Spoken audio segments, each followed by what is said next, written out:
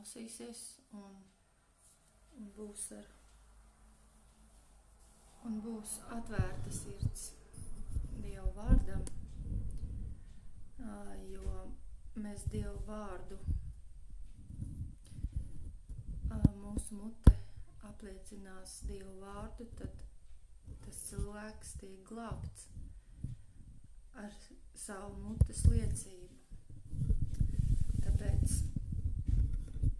esiet Dievu gaismā, esiet viņa mīlestībā. Viņš ir mīlestība un tevī ir šī mīlestība. Un lai tev ir drosme dzīvot to dzīvi, ko Dievs tev ir paredzējis, un ka tu vari staigāt mīlestībā, ka tu vari būt pacietīgs, lēnprātīgs, atturīgs, būt garaugļos, un tie ir garaugļi.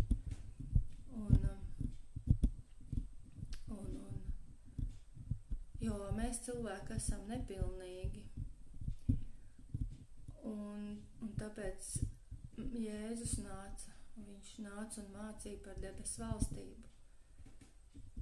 Un, nepilnīgi mēs neesam nekas bez Dieva, mēs neesam nekas, jo Dievs ir spēks, un viņš grib tev lietot, bet vai tu gribi, jo viņš tev ir devis brīvu gribu.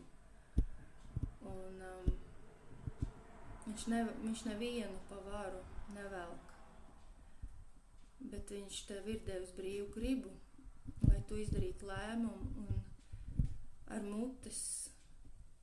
muti apliecināt to, jo vārdam ir spēks, un vārds tapa miesā, un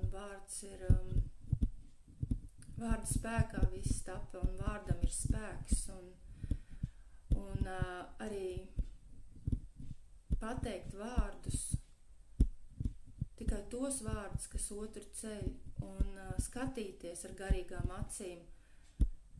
Ja tu kaut ko redzi